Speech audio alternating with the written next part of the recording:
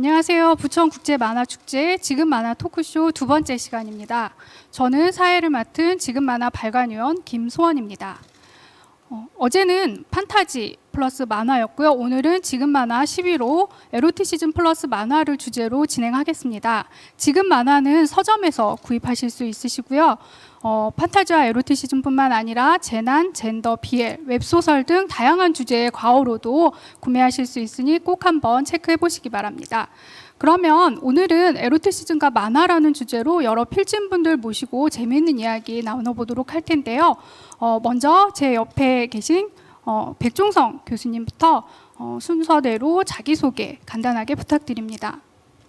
네, 안녕하세요. 호남대학교 만화애니메이션학과 교수 백종성입니다. 네, 안녕하세요. 웹툰인사이트 에디터 이재민입니다.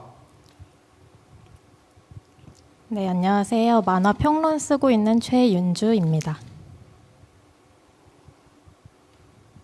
네, 안녕하세요. 대전대학교 웹툰 일러스트 전공 겸임교수 박혜리입니다.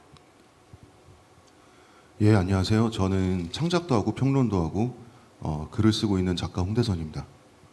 네, 바쁘신데 이렇게 참여해 주셔서 감사드리고요. 그럼 이제 본격적으로 지금 만화 에로티시즘 플러스 만화 토크쇼를 진행하겠습니다. 오늘은 에로티시즘 웹툰의 현재와 미래에 대해서 이야기를 해볼까 하는데요. 여러 예술 분야에서 에로티시즘을 표현해 왔습니다. 만화도 물론이고요.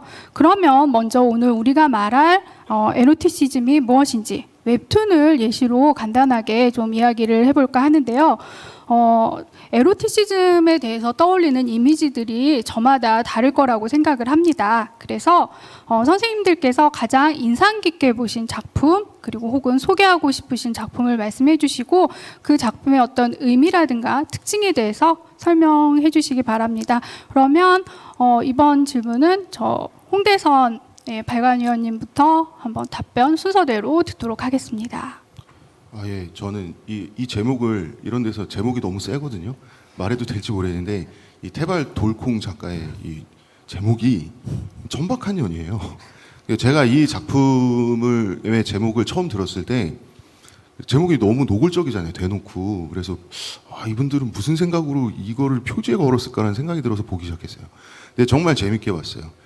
왜냐하면 참 감정선이 굉장히 세고 이게 주어진 상황은 굉장히 극단적이면서 리얼하고 그러면서 가장 마음에 들었던 거는 마지막에 이제 주인공이 자기를 사랑했던 남자 둘을 자살식으로 싹 다 죽이면서 굉장히 장렬한 비극으로 너무 장쾌하게 깨끗하게 딱 끝나는 거예요. 그게 굉장히 좋았고 어차피 사람은 살다 죽잖아요. 근데 그 주인공이 뭐 천박한 년이라고 불리는 그 주인공이 살아가는 방식, 그다음에 죽는 방식, 이런 방식의 삶과 죽음도 있겠구나라는 생각이 들어서 저는 그 작품 같은 경우에는 보고 나서도 한참 후에도 계속 기억에 가끔씩 날 정도의 그런 결말이에요. 개인적으로 굉장히 좋아합니다. 네, 저는 그 네온비 안나래 작가의 미안결을 좀 재미있게 봤었는데요. 이 작품은 이제 그 주인공 중에 한 명인 소설 작가인 선은호 작가가 이 한 커플을 본인의 소재로 쓰면서 이 커플을 관찰을 하면서 에로티시즘적인 그런 표현들이 나오는데요. 이 미완결의 작품 같은 경우 과거에 우리가 그 성적 쾌락이나 성적 자극만을 추구하던 에로티시즘 만화와는 좀 다르게 인간의 욕망, 인간의 본연의 욕망을 잘 표현하는 작품이었어서 좀 더 재미있고 감명 깊게 봤던 것 같습니다. 네. 네, 저는 마토메 그로기 헤븐이라는 일본 만화인데요. 이거는 19금은 아니고 코믹 만화거든요. 근데 일단 만화가 엄청 재밌는데 소년 만화에서 전형적으로 그 남자 캐릭터가 꼭 실수로 여자 주인공의 뭐 가슴을 만진다든지 속옷을 본다든지 이런 장면들이 나오고 그때마다 이제 여자들은 주먹을 날려서 남자를 막 하늘로 날려보내고 이런 클리셰가 굉장히 많이 등장하는데 그거를 성반전시켜서 여자 주인공이 이제 계속해서 에로틱한 이벤트들을 만나는 거예요. 그래서 되게 재밌다라고 생각했는데 특히 독자 반응이 흥미로웠던 게 독자들이 이렇게 성반전을 시켜놓으니까 이게 얼마나 좀 이상한 상황인지 알겠다라는 반응도 있었고, 무엇보다 아니 이 재밌는 걸 지금까지 남자들만 누리고 있었냐, 치사하다, 이런 반응들이 있어서 굉장히 흥미롭다고 생각했습니다. 네, 저는 빨간 맛 작품이랑 좀 순한 맛 작품을 하나씩 가져왔는데, 빨간 맛은 뼈와 살이라는 작품이고요.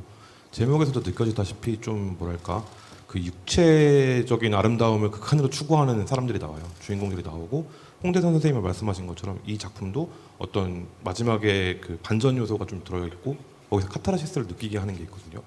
그런 지점에서 좀 에로티시즘을 극한까지 끌어올린 작품이 아닌가라는 생각이 들기도 하고요. 이 작품은 독특하게 리마스터로 다시 연재가 되기도 했습니다. 그만큼 작화가 되게 아름답다는 거겠죠. 그리고 좀 순한 맛 작품은 오피스 누나 이야기라는 작품이에요. 이건 인터넷 썰이었는데 이걸 판권을 구매를 해서 웹소설로 만들고 그게 다시 웹툰으로 나온 작품입니다.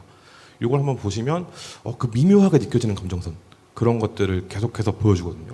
그걸 통해서 에로티시즘이 보일락말락한 다을락말락한 그 감정을 느끼게 하는 작품이라서 좀 추천을 해봤습니다. 네. 네, 저도 이재민 선생님처럼 그런 썰 만화를 한번 준비를 해봤었는데 아무래도 작가가 좀 커뮤니티적인 논란이 좀 있더라고요. 그래서 그걸 좀 빼고 다른 작품을 찾아봤는데 좀 대중적으로 아마 여러분들이 아주 잘 알고 있을 작품일 것 같아요. 레진 코믹스에서 연재를 했던 몸에 좋은 남자라는 작품을 추천을 하고, 가장 좀 대중적이면서 어떻게 보면 유료 웹툰의 출발 선상에 있었던, 또 어떤 전환점을 가져왔던 그런 작품들이고, 또 레진 코믹스를 견인했던 그런 성인 웹툰, 에로티시즘 웹툰의 출발점이기 때문에 몸에 좋은 남자를 좀 추천을 하고, 성인 에로티시즘 웹툰을 많이 보신 분들은 잘 알고 계실 거라고 생각을 하는데, 간단하게 좀 설명을 하면, 일단 남성들이 아주 좋아하게 그림체를 굉장히 예쁘게 매력적인 여성 캐릭터로 묘사를 했고, 그다음에 큐피트의 화살을 맞은 것처럼 주인공의 몸과 접촉을 하면 사랑에 빠지는데, 사랑에 빠지는 게 아니라 성욕이 넘치게 되는 방식으로 이제 바뀌게 되면서 남성향 웹툰에서 많이 보여지는 보편적인 그런 보편적이거나 그게 못 미치는 그런 남성주의의 성적 매력이 넘치는 여성들이 막 달라붙게 되는 그런 방식으로 이루어져 있는 재미있는 설정을 갖고 있는 웹툰, 가볍게 보실 수 있게 추천드립니다. 네, 정말 다양한 작품들을 언급을 해주셨고, 저도 정말 재미있게 찾아본 작품들도 있습니다만, 그 작품의 어떤 작가의 개성뿐 아니라 그 겨냥하고 있는 독자라든가 실린 매체, 플랫폼에 대해서마다 조금씩 이제 다른 걸 알 수가 있는데요. 사실 만화뿐 아니라 굉장히 오래전부터 거의 인류의 시작과 함께 어떤 에로티시즘에 대한 예술이 함께 했다라고 생각을 합니다. 그래서 오늘 이제 가장 근본적인 질문 먼저 그 홍대선 작가님께 드리겠습니다. 네, 우리들은 왜 에로티시즘을 소비하는 걸까요? 왜냐하면 사람은 그냥 기본적으로 야한 걸 좋아하니까요. 예. 이건 부정할 수 없고 그냥 뭐 본능이고 사람의 본질이고 그런 건데, 갑자기 이제 그 야한 거를 에로티시즘 이렇게 영어를 붙여서 설명을 하면 이게 굉장히 진지근엄해지거든요. 이제 저는 전공이 철학이에요. 그래서 에로티시즘은 뭔가, 에로티시즘과 포르노그래피는 어떻게 다른가라는 얘기를 엄청 했었던 프랑스 철학자들의 논변을 이렇게 쭉 경험을 해봤었어요. 연구도 해보고 공부도 하고 이해를 하기도 하고 못하기도 하고 락강, 들레즈, 바타이유 이런 사람이거든요. 그런데 그 포르노그래피와 그 에로티시즘이 본질적으로 어떻게 다르냐라고 하면 그거는 굉장히 어려워져요. 그리고 저는 프랑스 철학에 대해서 어떤 생각을 하냐면, 이게 제 결론입니다만 20세기 프랑스 철학 다 뇌피셜 아니야? 전 솔직히 이런 생각하거든요. 물론 그렇다고 무시하는 건 아니에요. 인문학은 어차피 다 끝까지 가면 뇌피셜이고, 그리고 고급 뇌피셜이잖아요. 이제 이런 겁니다. 어떤 거냐면 우리가 에로티시즘은 포르노그래피랑 달라, 이런 거야, 이런 걸 뇌피셜로 막 구축을 해놓으면 무너지기가 되게 쉬워요. 예를 들어서 로트렉이나 에곤 실레 이런 화가들을 에로티시즘의 거장이라고 하지 않습니까? 그런데 만약에 에로티시즘의 거장이라고 하고 엄청난 그 평론을 봤는데, 그 사람들이 만약에 무덤에서 벌떡 일어난다고 생각해 보세요. 무덤에서 벌떡 일어나서 나 에로티시즘 안 했는데? 내가 한 거 포르노라고 생각하고 그렸는데?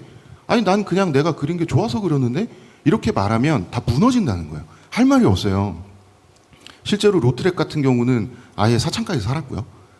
아예 사창가에서 살았어요. 그 사람. 실제로 그 사람은 알코올 중독자였고 섹스 중독자였어요. 그러다가 막 자기가 좋아하는 거 하다가 그냥 요절한 사람이거든요. 그런데도 에로티시즘과 포르노그래피를 굳이 구분을 하겠다고 한다면 어째서 예술이 야한 것을 필요로 하는가? 이런 차원에서 봐야 될 것 같아요. 근데 저는 그냥 그 이유는 단순하다고 생각합니다. 예술은 그게 뭐 시각예술이든 뭐든 사람들의 관심을 불러일으켜야 되잖아요. 그림 같은 경우 시선이 머물러야 된단 말이에요. 그래야지 비로소 해석되고 감상될 수가 있는 것이 예술이에요.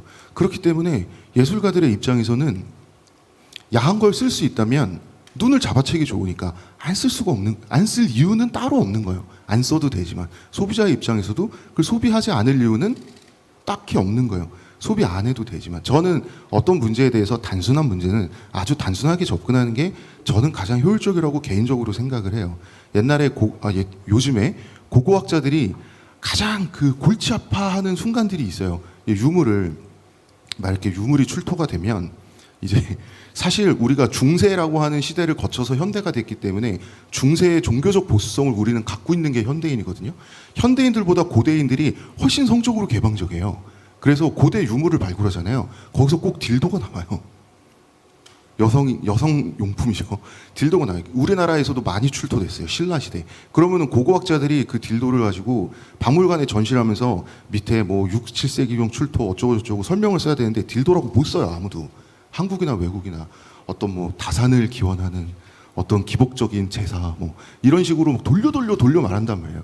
그러니까 그거는 박물관에 간 사람도 뭐 했는지 알고 그 고고학자도 뭐 했는지 알고 서로 안다는 것도 알아요. 모르는 척하는 거거든요. 근데 그건 누가 봐도 그냥 딜도라는 거예요. 그래서 에로티시즘이란 뭔가 포르노그래피란 뭔가 분명히 뭐겠지만 거기에 대해서 과연 이것을 어떻게 어려운 말로 돌려 설명할 것이냐라고 할 수도 있지만 그러다 보면 우리가 너무 깊은 늪에 빠진다. 그래서 사람들은 야한 걸 좋아하고 예술가나 소비자나 야한 거를 사용하지 않을 이유는 딱히 없다. 저는 그냥 딱 그 정도로 생각합니다. 네, 동감합니다. 딱히 소비하지 않을 이유가 없다.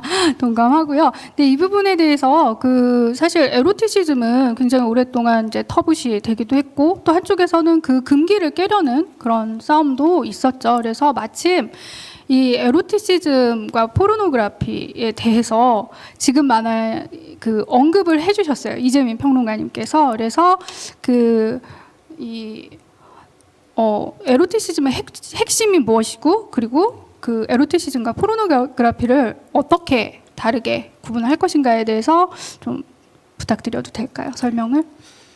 사실 이 선을 그어라라고 말을 하면 그건 불가능하다고 보고요. 그러니까 어디까지가 포르노그래피고 어디서부터가 에로티시즘이냐라고 명확하게 선을 그을 수는 없죠. 이거는 시대마다 달라지는 거고 문화마다 달라지는 거고 뭐 여기서는 괜찮은데 저기서는 안 되는 것들이 있잖아요. 예를 들어서 우리나라만 해도 한 60년 됐나요 이제? 윤복희 선생님이 처음으로 미니스커트 입고 나왔을 때 난리가 났었잖아요. 우리나라가. 그리고 저 어릴 때만 해도 부모님들이 키스씬 나오면 들어오라 그랬어요 방에. 이거 보면 안 된다고. 근데 지금은 그냥 다 보잖아요.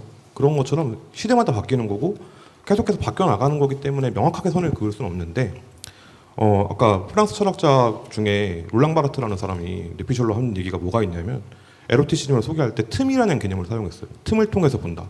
그러니까 가리고자 하는 것을 드러내는 욕망인 거잖아요. 말하자면 사람들이 보여주고 싶어하지 않지만 보고 싶은 거를 보게 하는 거. 그게 에로티시즘의 핵심이라고 저는 생각이 드는데 여기서 뭐 예를 들어서 베일에 이렇게 얇은 천에 가려져 있는 신체는 굉장히 에로틱하지만 그걸 그냥 벗어 던지면 여기서부터는 이제 논쟁이 시작되는 거죠. 이게 포르노냐? 외술이냐 외설이냐? 이런 얘기들이 나오기 때문에 거기서부터는 조금 더 생각해볼 여지들이 넓어지고 얘기를 해봐야 되는데 사람들이 이제 아까 말씀하신 것처럼 얘기를 하지 않게 되는 거죠. 그거 얘기하면 안 되는 거 아니야? 하면서. 근데 그걸 얘기하는 것까지가 에로티시즘의 이제 의미의 정의라고 저는 생각을 하거든요. 네. 그런 것들을 좀 얘기해야 된다라는 생각이 듭니다. 그 프랑스 철학자들이 말을 되게 멋있게 하거든요.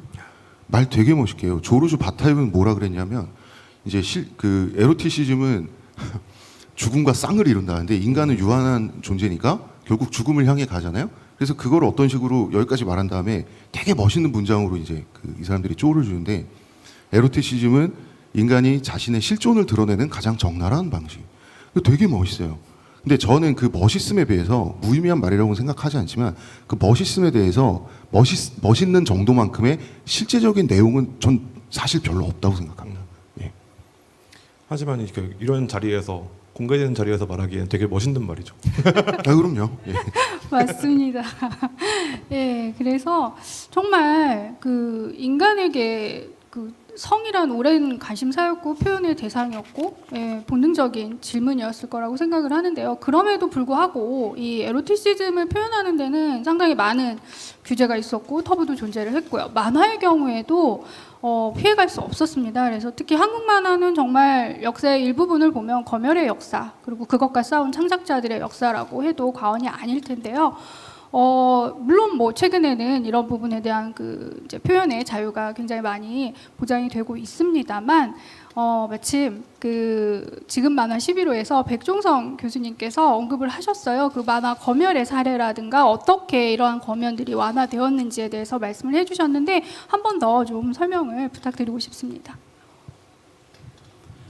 네, 말씀해주신 것처럼 이제 우리나라 같은 경우는 성에 대해서 상당히 딱딱하죠. 그래서 뭔가 성에 대해서 이야기하는 것을 부끄러워하고 계속해서 성뿐만이 아니라 좀 폭력적인 것, 선정적인 것들을 전부 다 계속 검열을 하고 있었던 그런 역사였다고 볼 수 있겠습니다. 옆나라 이웃만 옆나라 이웃하고 일본하고 비교를 해본다면 일본에서 오는 그런 키워드들이 지금 우리 성인 웹툰에 등장하는 키워드들하고 상당히 유사하거든요. 뭐 엄마, 누나 그런 근친에 대한 것들, 가학적인 것들, 뭐 SM 이런 그런 키워드들이 일본은 뭐 80년대부터 그 전부터 있었다는 거죠. 우리나라 같은 경우에는 이런 단어를 입에 올리기가 이렇게 공개된 자리에서 말을 하는 것 자체가 사실 상당히 힘들었었죠. 그래서 과거 그 검열의 역사를 간단하게 살펴보면 사전 검열과 사후 제도로 나눠볼 수가 있겠는데 70년대부터 사전 검열 제도를 시작을 해서 그 전에 작품을 내기 전에 이미 검열을 해서 작품을 출판하는 방식이었다면 1997년도에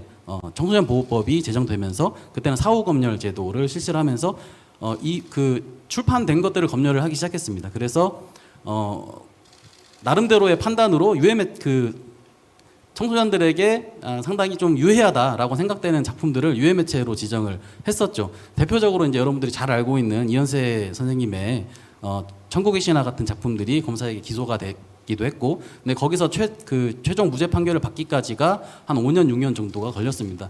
그 당시 만화가들이 많은 시위를 하기도 했었고요. 그런 과정 안에서 이제 청소년 보호법 시기와 IMF가 겹치고 그러면서 한국 만화 시장이 굉장히 초토화되기 시작을 했거든요. 그리고 일본 대중문화가 개방이 되면서 당시에 그 굉장히 유명했던 일본 만화들이 있었잖아요. 그런 것들이 또 한국에 넘어오게 되면서 한국 만화가 정말 말 그대로 폭락을 해버린 것이죠. 그 이후로부터 이제 한국 만화 자체가 거의 만들어지지 않다 보니까 어떻게 보면 이제 검열이라는 것도 굳이 의미가 없어지는 그런 시대가 돼버렸습니다.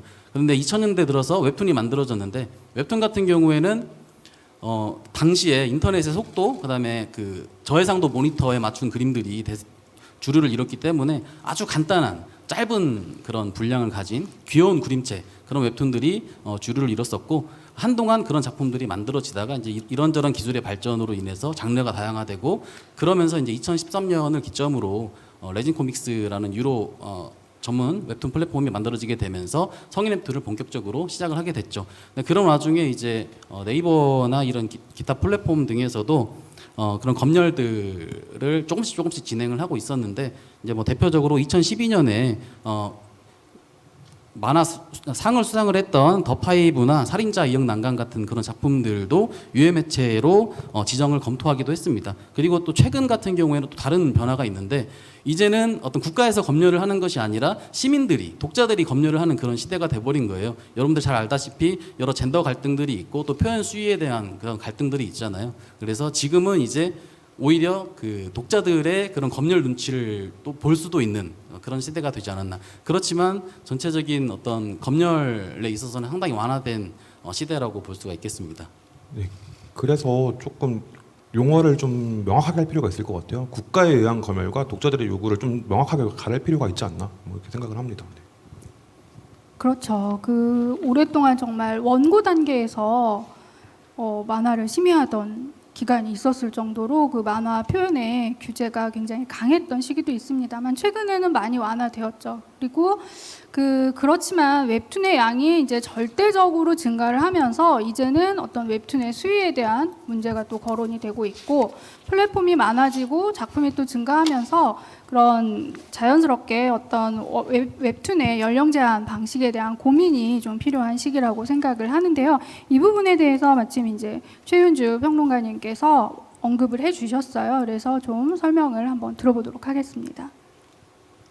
네, 저는 원고에서도 이제 15금과 19금 사이의 경계에 대해서 얘기를 했었는데 작품들을 보다 보니까 좀 특징적으로 보였던 게 규제를 많이 꽤 하고 아까 검열 얘기도 해주셨는데 그런 것들이 많기는 한데 이게 보니까 선정성에 관해서는 굉장히 엄격한데 폭력성에 관해서는 의아할 정도로 좀 관대한 면이 있더라고요. 예를 들어 조금만 성적 함의가 있는 장면이 나오면 그걸 삭제하거나 교체하는 경우가 많은데 반면에 폭력 같은 경우는 살인을 포함해서 정말 온갖 범죄가 적나라하게 그 방법까지 다 나와도 그게 고스란히 노출되는 그래서 이런 게 사실은 우리가 딱 19금 하면은 무조건 에로티시즘과 연결짓는 그런 생각들이 있잖아요. 그 영향이 아닐까 싶고 사실은 나아가서 이 연령 규제 방식 자체, 연령 제한 방식 자체에 대해서 좀 회의적인데 특정 연령을 기준으로 어떤 소재나 사안에 대해서 원천 차단시키는 게 과연 맞는 걸까 하는 생각이 있어요. 아까도 이제 청소년 보호법 얘기를 해주셨는데 과연 청소년들을 뭐로부터 보호한다는 거지 하는 의문이 좀 있거든요. 그러니까 사실 청소년들이 콘돔 구매할 수 있잖아요. 그게 불법이 아닌데 그럼에도 성에 관한 건 무조건 성인의 전유물처럼 다뤄지고 있는 것 같고 좋은 형태는 성에 관한 다양한 만화들이 스펙트럼이 넓게 좀 그 그라데이션처럼 분포되어 있는 걸 텐데 지금은 약간 인위적으로 댐처럼 막아놓은 다음에 여기엔 전혀 없고 이걸 뚫으면 거의 29금까지도 이렇게 나타나지 않나 하는 생각이 있습니다. 네, 에로티시즘 만화가 정말 이렇게 최근에 이렇게 증가를 했고 저희가 평론지에서 하나의 주제로 다룰 정도로 이 작품도 많아졌다라는 거는 역시 그 어떤 플랫폼, 유료 플랫폼의 등장을 이야기하지 않을 수가 없는데요. 한국 특히 웹툰의 역사에서 가장 이제 결정적인 분기점의 하나가 유료 웹툰 플랫폼의 등장이라고 생각을 합니다. 그래서 이제 레진 코믹스가 이제 유료를 외치면서 등장을 했을 때 그 승패 여부 과연 성공할 것인가 네이버와 다음 있는데라는 그 많은 이제 우려와 궁금증이 있었습니다만은 어쨌든 이제 성공적으로 의미 있는 그런 결과를 보여줬다라고 생각을 하는데요. 특히 이제 레진이 초기에 그 어떤 정말 많은 인기를 끌었던 작품들이 있죠.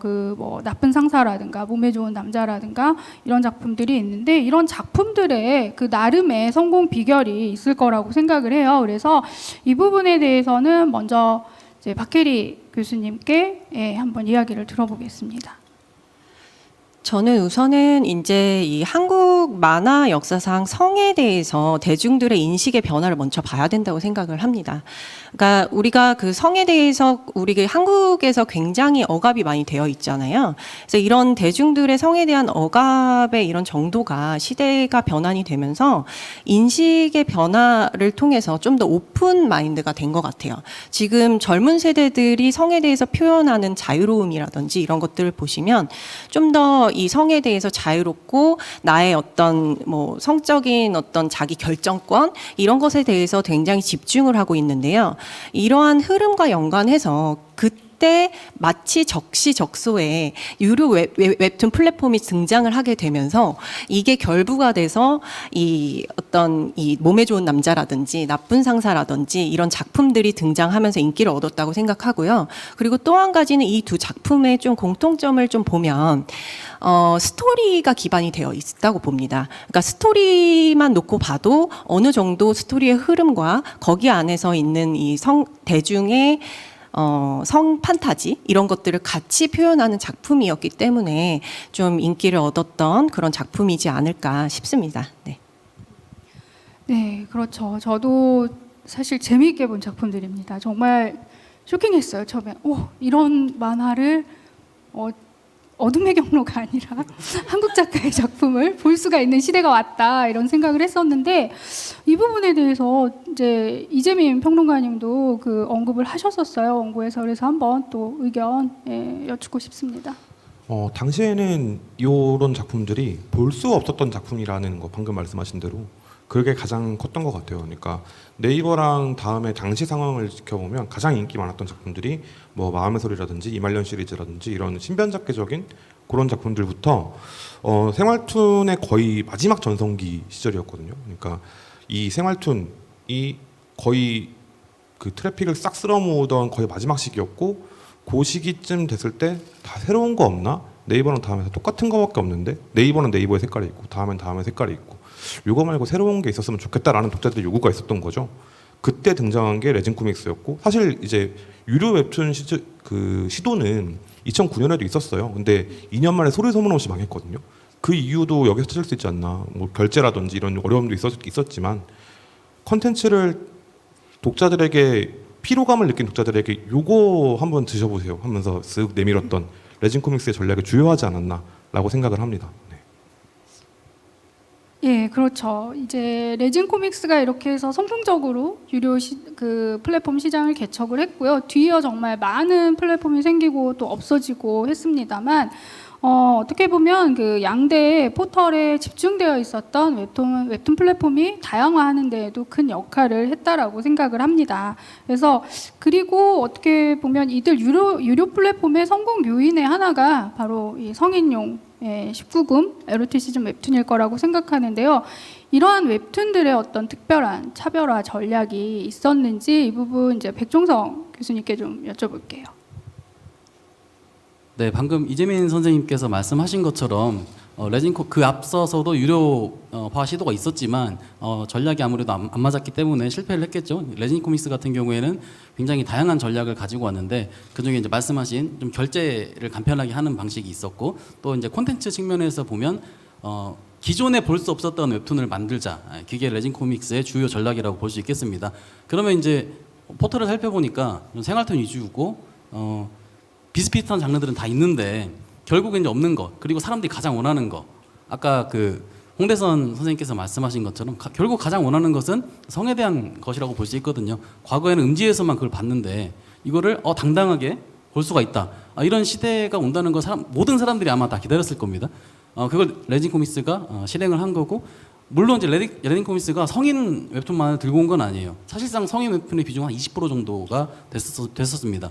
그런데 이제 몇 가지 전략 중에 굉장히 많은 웹툰을 가져오자. 그래서 당시 네이버 웹툰보다 더 많은 작품을 준비를 하고 그 다음에 성인 웹툰, 어른들이 볼 수 있는, 어른들이 향유할 수 있는 그런 웹툰을 준비를 하자. 그래서 거기에 좀 집중적인 포커스를 맞춰가지고 사람들이 이거 굉장히 재미있네. 예를 들어서 아까 제가 몸에 좋은 남자라는 작품을 이야기를 했는데 제 주변 작가들이 야 막 이런 게 생겼어. 넌 봐봐. 그러면서 봤더니 막 제가 생각해도 야 우리나라에 이런 게 만들어질 수 있나? 이런 생각이 딱 들더라고요. 그리고 뭐 옆에서 어떤 작가들은 이거 1억을 한 달에 1억을 벌었는데 2억을 벌었는데 이런 소문들이 막 돌았어요. 성인 만화들이 성공을 한다고 해서.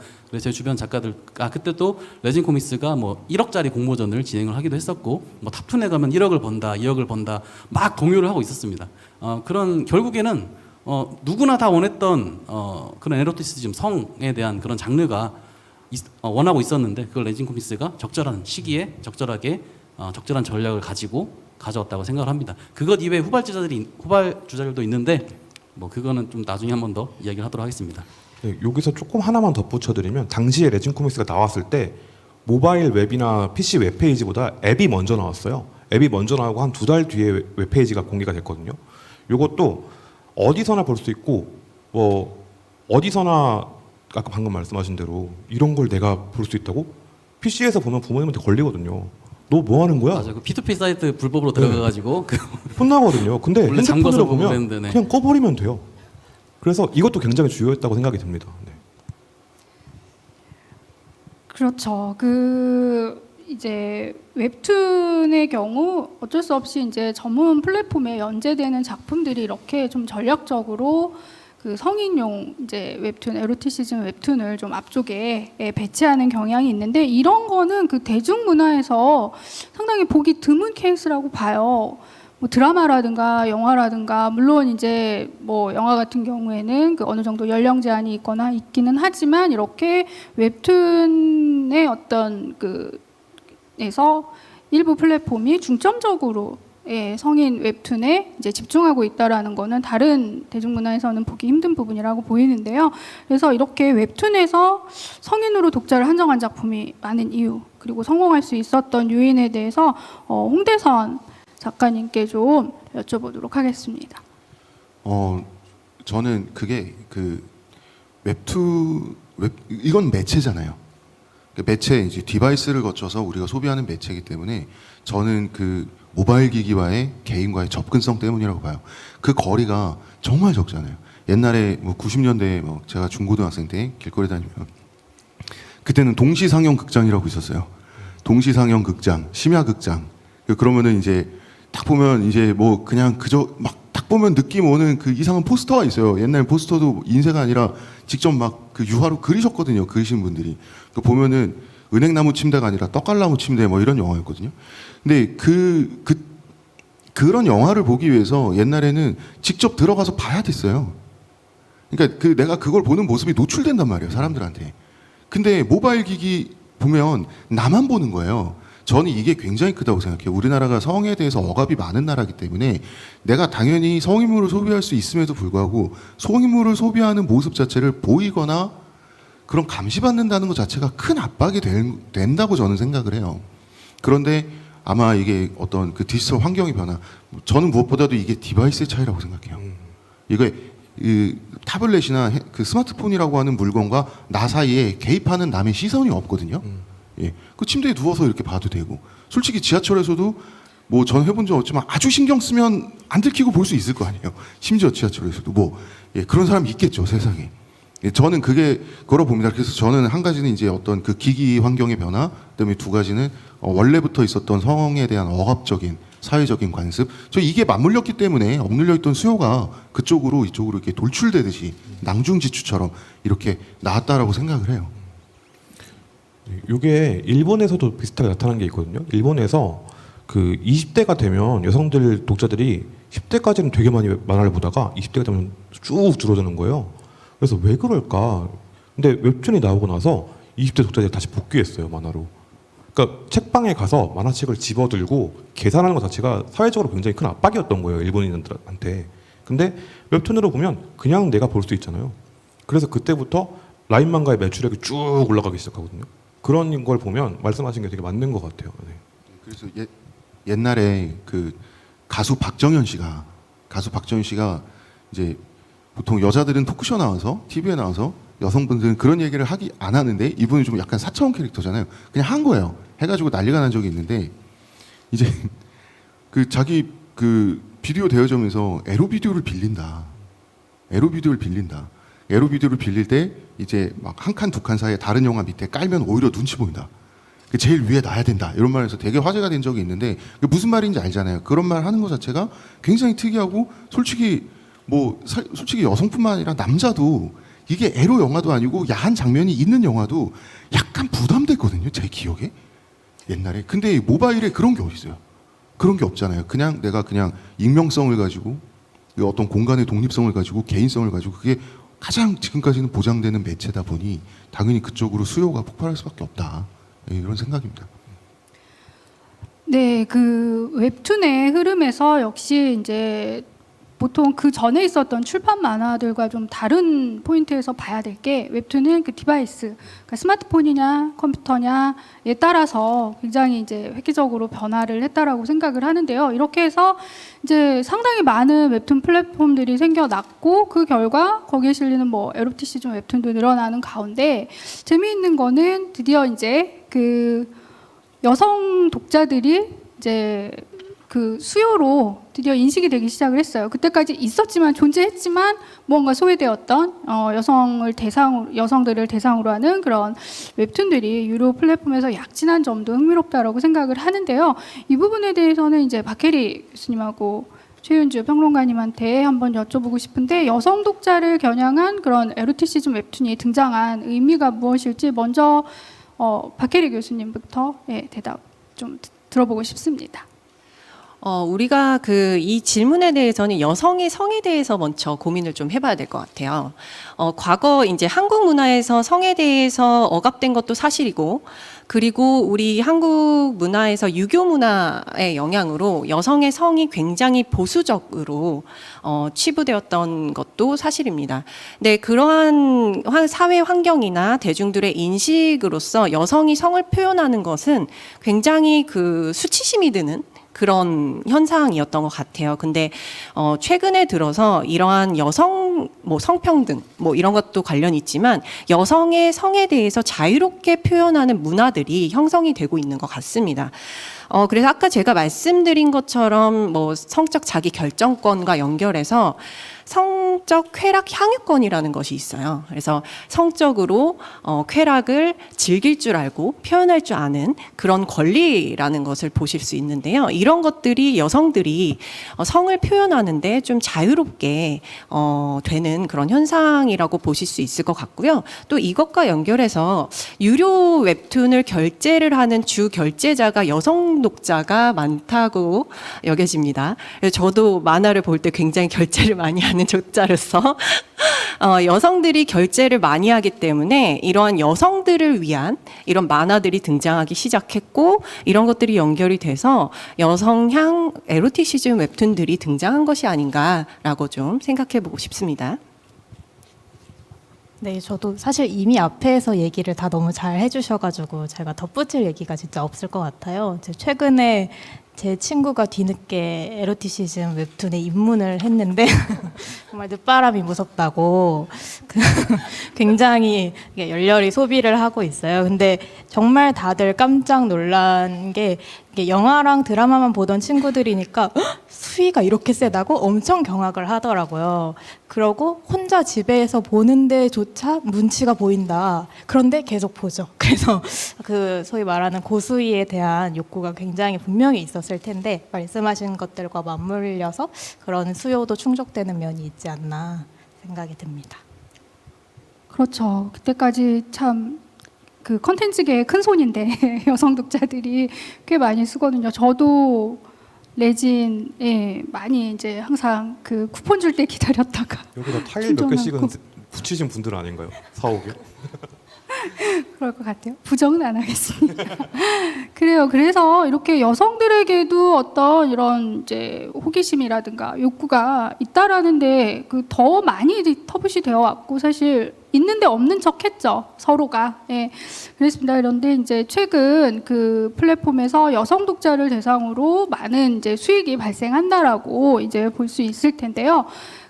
만화는 특히 독자의 성별에 따라서 어느 정도 표현 방법이 다르잖아요. 순정 만화의 어떤 조형성이 소년 만화와 다르듯이 그런 부분들이 있을 텐데 이제 어떤 에로티시즘에서의 표현 방법에서 굳이 이제 시각적인 요소가 아니라고 하더라도 이 서로 이제 다른 그런 특징이 여성 독자를 겨냥한 작품 그리고 남성 독자를 겨냥한 작품 서로 다를 텐데, 그렇다면 여성 독자를 대상으로 하는 에로티시즘 웹툰에 어떤 특징이 있는지 이번에도 이제 박혜리 교수님하고 최윤주 평론가님께 여쭙겠는데, 이번에는 최윤주 평론가님 먼저 부탁드립니다.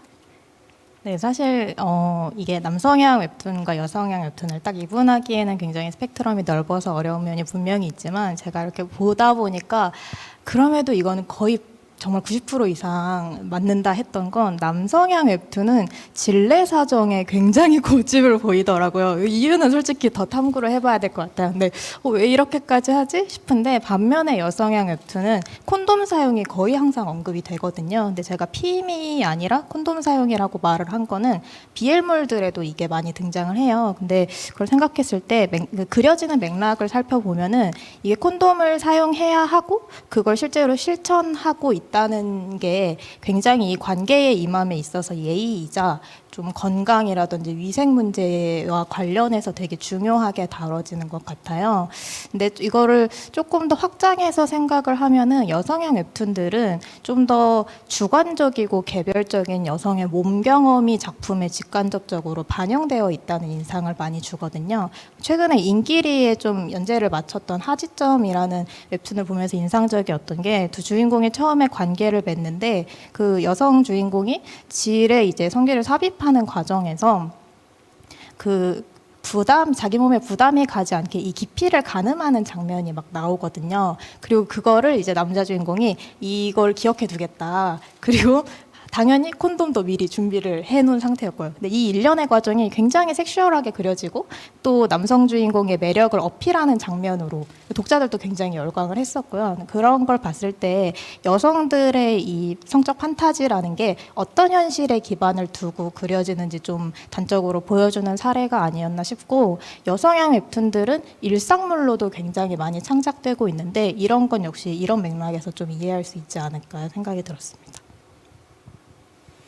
네, 지금 최현주 평론가님께서 잘 말씀을 해주셨는데 저는 좀 다른 관점으로 이야기를 좀 해보고 싶어요. 그 여성향 에로티시즘 웹툰을 좀 보시면 관계성에 굉장히 집중이 되어 있는 거를 보실 수 있을 것 같아요. 왜 그 남녀가 사귀면 이렇게 싸웠을 때 여자들은 공감을 얻기를 원하잖아요. 이렇게 그랬구나. 네가 그래서 네가 마음이 그랬구나. 이렇게 그런 것처럼 뭔가 그런 여성이 관계를 통해서 뭔가 만족감을 얻고 이런 특징이 있는 것이 이러한 여성향 에로티시즘 웹툰에도 좀 표현됐다고 저는 생각을 하거든요. 이제 좀 자세히 좀 들여다보면 로맨스를 기본으로 해요. 로맨스라 하면 그 남녀 주인공의 관계가 굉장히 집중된 스토리 구조란 말이에요.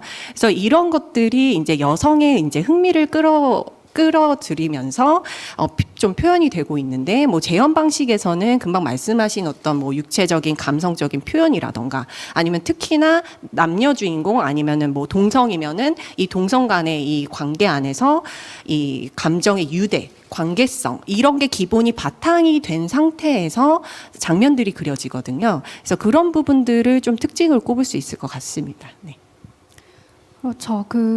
이제 보다 보면 확실한 차이를 좀 느낄 수 있는데, 근데 특히 지금 이제 두 분 대답에 잠깐 언급이 됐습니다만, 그 여성 독자를 위해서 특화된 장르로 빼놓을 수 없는 게 BL이거든요. 보이즈 러브. 그래서 소년들의 사랑, 뭐 소년애에서 유래가 된 말입니다만, 남성들의 그 동성애 관계를 로맨스의 플롯을 빌어서 표현을 한 건데, 그 굉장히 좀 이제 특수 장르라고 할 수가 있죠. 그래서 많은 웹툰 플랫폼에서 BL 장르를 아예 카테고리로 구분을 해서 있고 또 설치를 해놨고 연재 중인 뭐 인기 작품들도 있습니다만, 전 BL을 읽습니다. 좋아하는데 항상 제가 보면서도 고민이에요. 왜 여자들이 이걸 소비를 할까? 그래서 이 부분에 대해서는 박혜리 교수님하고 백정성 교수님의 의견을 좀 듣고 싶은데, 먼저 백정성 교수님.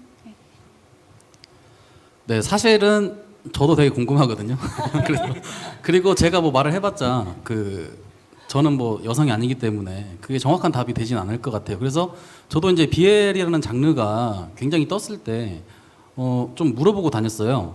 주변에 보면 이제 BL을 굉장히 좋아하는 그런 사람들이 있었거든요. 그래서 왜 좋아하냐고 물으니까 김소원 선생님이랑 그냥 똑같은 답변을 해서 자기도 잘 모르겠대요. 근데 너무 좋대요. 그래서 막 엄청나게 많은 작품 결제하고 본다는 거예요. 그래서 뭐 나름대로 저는 이제 이런 문헌들을 좀 찾아서 읽어보고 조사해보고 그런 걸 좀 간략하게 좀 제 생각을 이야기를 해보면, 일단 그 과거에 아까 말씀하셨던 것들처럼 과거 여성의 성이 굉장히 금기시 됐었잖아요. 그럼 금기시 돼 있던 상황에서 이제 80년대 그쯤부터 일본의 그 야오이 문화가 좀 들어왔었거든요.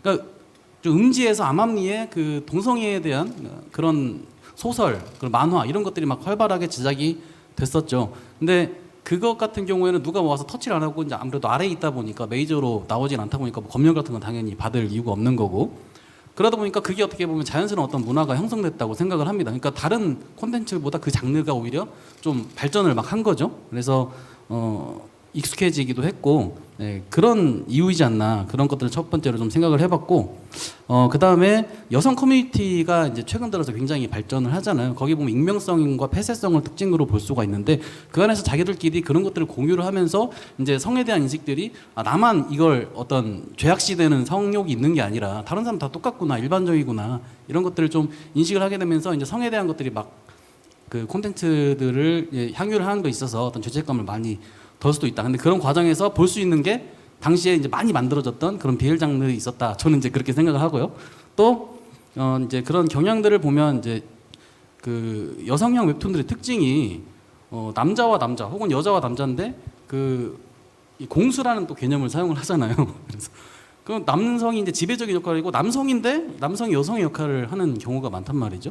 이제 그런 것들이 이제 기존의 어떤 가부장제, 남성 권위적인 그런 것들을 좀 전복시키려는 그런 경향이 있지 않나. 그래서 능동적이면서 지배적인 그런 여성의 모습들을 보고 여성들이 좀 좋아하지 않나. 그러니까 그런 BL의 문화 자체가 이미 좀 많이 올라와 있는 상태에서 BL도 그래서 인기가 있었지만 지금은 좀 더 다양한 장르로 많이 또 분화되고 있다고 생각합니다. 그런 기점이 되지 않나. 저는 그렇게 생각을 하는데요. 박혜리 교수님께서 정확한 답을 한번 말씀해 주시죠. 이게 저도 정확한 답변이 될지는 모르겠고요. 저도 주관적인 생각인데 저도 BL 만화를 즐겨보는 독자예요. 이제 그 BL 만화를 이제 보시면 우선 첫 번째 남자 주인공들이 미소년이라는 점이 크게 만족감을 주는 것 같습니다. 그래서 이 미소년들의 사랑이라는 이런 관점들이 여성들이 생각하는 이성에 대한 판타지를 비주얼로 실현시키는 의미가 있지 않을까. 우선은 그런 부분들이 첫 번째로 뽑고 싶고요.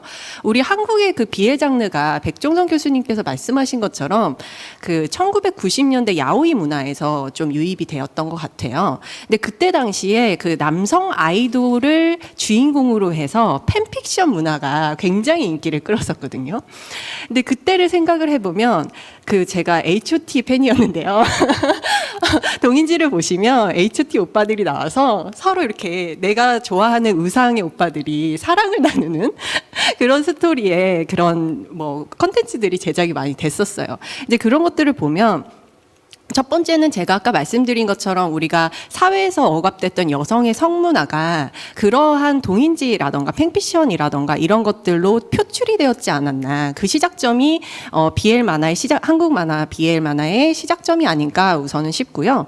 또 한 가지는 우리가 성별에 대한 거를 좀 고민을 한번 해보면 좋을 것 같아요. 이성의 사랑에 대한 거는 당연한 거잖아요. 근데 한국 사회에서 아직까지 동성 간의 사랑에는 좀 제약이 아직 많아요. 그러다 보니까 로맨스 구조가 굉장히 비슷한데 거기 안에서 남성 간의 사랑이라고 하면 이미 스토리 구조 안에서 성별 때문에 그 굉장히 큰 장애물이 됩니다. 그래서 거기 안에서 스토리 구조의 역동성이 이끌어지면서 좀 더 여성 독자들이 거기에서 또 로맨스 스토리 안에서 재미를 느끼지 않나라고 생각이 듭니다. 네, H.O.T 말씀을 하셨는데 추억이 새록새록 돋네. 저는 H.O.T 세대는 아닙니다만 그런 이제 어떤 뭐 이렇게 마음속에 가지고 있었던 그런 어떤 로맨스의 한 이제 형태로 그 BL이라는 장르가 나타났다라고 생각을 합니다만은 이렇게 보면 이제 그 독자를 성별로 구분한다라는 게 굉장히 좀 조심스러운 문제이기는 하나 이렇게 좀 차이가 있고 그러다 보니 플랫폼에서도 남성 독자를 겨냥한 그리고 여성 독자를 겨냥한 작품을 서로 다르게 이렇게 전략을 만들 것이라고 생각을 합니다만은 그러면 이제 남성 독자들에게 인기가 있는 작품의 어떤 특징을 어떻게 정리할 수 있을지 이거는 이제 이재민 평론가님께 한번 들어보겠습니다. 네, 요거는 뭐 당연하겠죠. 남성성이 가지고 있는 판타지, 사회에서 이 남성들은 이렇게 생각할 거야라고 생각하는 판타지가 거의 그대로 구현되는 특징들을 좀 가지고 있다고 보는데요. 초반부에 백종성 교수님께서 말씀해 주셨던 것처럼 평균 이하라고 본인이 여기는 스스로 그렇게 여기는 남자 주인공이 어떤 우연한 기회에 뭐 아이템을 얻거나 최근에는 뭐 그 팬티를 얻거나 아니면 병에 걸리거나 이런 식으로 기회를 맞아서 그 여성들을 공략해 나가는 특징들을 좀 가지는 것 같아요. 그러니까 처음에 여성들이 거부합니다, 관계를. 근데 관계를 맺고 나면 원하게 되는 거예요. 그러니까 옛날에 말했던 안 돼요, 돼요, 돼요의 반복이 계속 벌어지고 있는 거죠. 이게 굉장히 큰 줄기라고 보이고요. 그리고 이런 작품들이 계속해서 나오다 보니까 경쟁이 치열해지잖아요. 그러다 보니까 이 작품들 내에서도 좀 분화들이 일어나는데, 최근에 집주인 딸내미 같은 경우는 주인공이 정말 나쁜 놈이에요. 정말 나쁜 놈이고 그걸 감추지 않아요. 그리고 작가도 독자들한테 이 새끼 나쁜 놈이지 라고 계속 말을 합니다. 보여줘요 그냥. 그리고 주인공도 그래 나 나쁜 놈이야 몰랐어? 이러면서 정말 폭주기관차처럼 달려가거든요. 이런 식으로 이런 걸 뭐 피카레스크적이다 뭐 이렇게 말을 한다고 하는데, 그런 것 작품들이 나오는 어떤 경향들이 분화들이 점점 더 세분화되고 또 그것들을 그 비판들을 수용해 가면서 발전시키려고 하는 그런 가능성들을 좀 보이는 것 같습니다. 네. 네. 그럼 그렇다면 여기서 이제 잠시 그 플랫폼 이야기를 좀 해봐야 될 것 같아요. 그래서 플랫폼마다 약간 어떤 좀 차이가 있고 어떤 독자층을 주 대상으로 하느냐에 따라서 뭐 작품의 종류라든가 이런 부분도 달라질 거라고 생각을 하는데, 굉장히 많은 플랫폼이 있거든요. 정말 수십 개의 플랫폼이 존재합니다만, 이런 어떤 플랫폼, 주요 플랫폼 혹은 좀 독특한 좀 이야기를 해볼 만한 플랫폼이 있다면 이런 좀 특징들이 무엇인지 백종성 교수님께 한번 들어보겠습니다. 네, 2013년도에 레진 코믹스가 유료화 전략을 통해서 성공을 한 이후에 이제 후발주자들이 굉장히 많이 만들어졌는데요. 이제 대표적으로 좀 성공한 플랫폼들을 예로 들어보면 뭐 투믹스, 탑툰, 버프툰, 봄툰, 뭐 배틀코믹스 뭐 이런 플랫폼들을 들 수 있을 것 같아요. 그 이외에도 굉장히 많지만 이제 지금까지 살아남은 웹툰들이 한 20여 개 정도가 된다고 볼 수가 있는데, 그 중에서 이제 성인물을 좀 집중적으로 연재하는 그런 플랫폼들은 레진 코믹스하고 탑툰, 토믹스, 봄툰 한 이 정도로 요약을 해볼 수 있을 것 같습니다. 네, 레진 코믹스 같은 경우에는 초창기에 이제 성인 지향의 마케팅을 좀 위주로 하다가 아무래도 이제 전체적인 연령대를 좀 아우르려고 하다 보니까 좀 다양한 장르를 더 시도를 하게 되고, 좀 성만 서비스하는 그런 플랫폼이다라는 그 색깔을 좀 약간 희석시키려는 노력이 있었던 것 같아요. 그 이후에 이제 탑톤이나 토믹스나 봄툰 같은 경우도 비슷비슷한 방식으로 이제 성인 지향의 서비스를 시작을 했는데, 이제 이 플랫폼들을 좀 간단하게 좀 구분을 해보면 이렇게 얘기를 할 수 있을 것 같아요. 레진 코믹스 같은 경우는 처음에 만들었을 때 그 슬로건처럼 성숙한 독자들을 위한 어른의 만화 서비스라고 볼 수가 있을 것 같고, 투믹스와 탑툰은 어른 남성들을 위한 웹툰 서비스, 그리고 봄툰은 어른 여성들을 위한 웹툰 서비스다. 이 정도로 이렇게 이야기를 하면 좀 정확하다기보다는 이 플랫폼들을 설명할 수 있지 않나 그렇게 생각이 드는데, 각각의 이제 대상들, 독자들을 좀 세분화하고 그들을 이제 유입시키려고 이제 노력을 하는 거죠. 그래서 레진 코믹스라고 하는 그런 유로 플랫폼, 웹툰 전문 플랫폼이 생기니까 그것과는 또 차별화를 해야 된다 보니까 좀 더 수위가 강한 그런, 특히나 이제 남성향의 그런 작품들로 탑툰과 투믹스가 서비스를 했고, 봄툰 같은 경우는 이제 반면에 이제 좀 더 부족했던 여성의 성인 만화, 성인 웹툰들을 서비스하기 시작한 거고, 좀 재밌는 점 중에 하나는 레진 코믹스 같은 경우는 이제 19금 후방주의라고 하는 그런 카테고리가 있고, 거기에 다양한 장르들이 있어요. 그래서 거기에 뭐 로맨스, 드라마, 판타지 이런 일반적인 장르, 19금 안에서의 장르들이 있는데, 좀 재밌는 좀 과격한 키워드들도 상당히 있습니다. 이 성에 대해서 잘 모르는 사람들이 보면 이게 무슨 말이지 하고 생각들처럼 아까 얘기했던 것처럼 여공남수나 SM이나 뭐 이런 것들이 있는데, 네, 그렇게 좀 카테고리를 좀 세분화한 게 특징이라고 볼 수가 있겠고, 나머지 플랫폼들은 그런 카테고리들이 좀 세분화되어 있지 않습니다. 봄툰 같은 경우도 장르가 있긴 하지만 그 장르가 결국은 다 BL 안에 들어가 있는 것이라고 볼 수가 있고, 투믹스와 탑툰도 그냥 성인 웹툰의 하나의 그 장르로 묶여져 있는 것을 확인할 수가 있는데, 이제 그만큼 레진 코믹스 같은 경우는 좀 다양한 장르를 통해서 서비스하려고 하는, 좀 더 폭넓은 그런 독자층들을 유입시키려고 하는 경향이 있는 것 같고, 투믹스, 탑툰, 봄툰은 좀 더 확실한 그 독자층을 타깃으로 하고 있는 걸 좀 볼 수가 있을 것 같고, 마지막으로 그 탑툰의 또 재밌는 전략 중에 하나가 10분 무료 보기라는 게 있어요. 로그인해서 들어가면 10분 동안 아무거나 다 볼 수 있거든요. 기존의 다른 플랫폼들은 무료로 풀린 것들만 볼 수 있잖아요. 그래서 보통 1화에서 궁금증을 만들고 이제 썸네일을 보면 뭔가 되게 좀 보고 싶은 그런 장면들이 있는데, 그거는 이제 돈 내고 봐야 되잖아요. 탑툰 같은 경우는 그거를 이제 다 볼 수 있습니다. 그래서 막 초조해져요. 10분이 막 지나가면 나 빨리 봐야 되겠네. 이런 작품 보게 되더라고요. 네. 그런 재미있는 전략을 가지고 있다고 볼 수 있겠습니다. 네, 사실 그 웹툰 플랫폼 들어가서 일단 이제 로그인을 해야 되죠. 19금 해제를 하고 들어가서 보면 썸네일만 봐도 어느 정도 그 플랫폼의 분위기가 읽힐 정도로 좀 다른 모습을 볼 수 있는데, 이러한 웹툰 플랫폼에서 이제 연재되고 있는 인기 작품들, 이번에 지금 만화에서 필진분들이 언급해 주신 작품들의 이제 제목을 보면 동네 누나, 집주인 딸내미, 사돈 처녀들, 두 자매, 제목에서부터 무언가 이렇게 느낌이 옵니다. 이제 멋있게 얘기를 하면 어떤 금기를 깨는 그런 이제 그 이야기를 가지고 있다라고 할 수가 있을 텐데요. 결국 조금 이렇게 비슷비슷한 내용이 변주가 되고 또 반복이 되는다라는 거는 어떻게 보면 이제 독자들이 그러한 플롯을 선호한다라는 이야기일 텐데, 이런 작품들이 특히 이제 남성 독자들에게 인기가 있는 이유가 무엇일지, 이건 이제 홍대선 작가님한테 한번 여쭤보겠습니다. 아, 네. 이 남성 독자 앞에 한 글자를 붙여도 될 것 같아요. 한국 남성 독자. 왜냐하면 이것이 분명히 그러니까 저는 이건 진짜 나라마다 다르거든요. 그러니까 어차피 남자는 뭐 남자 쪽에 유리한 걸 좋아해요.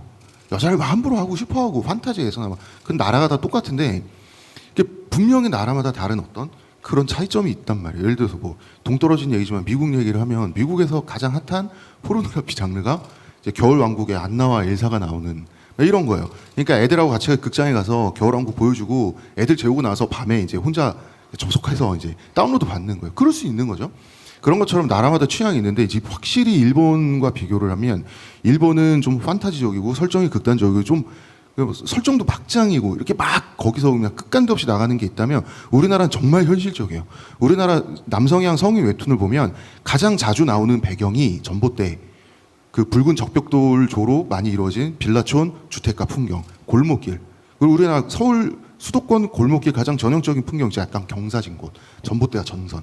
항상 이런 데서 사람들이 걷거든요. 예를 들어서 주인집 딸내미.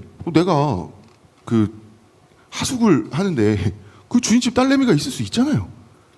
그 딸내미 예쁠 수 있잖아요. 동네 누나, 동네 예쁜 누나 한 명씩 있어요. 두 자매. 자매가 세상에 얼마나 흔합니까? 사돈댁에 처녀가 있대. 그러니까 우리가 겪을 수 있는, 얼마든지 겪을 거라고 상상할 수 있는 우리 일상의 상황에서 이상하게 한국 성인 웹툰 시작해요. 그리고 겪게 되는 상황들도 내가 가질 수 있는 복수심, 내가 느껴볼 수 있는 정복감, 그 다음에 내가 당하거나 가할 수 있는 어떤 잘못이 됐던 어떤 행동들, 다 이런 거에서 나오거든요. 그리고 신기한 게 한국 영화 특징을, 영화 얘기를 하면 한국 영화 특징으로 항상 나오는 얘기가 CJ표 영화란 얘기가 있어요.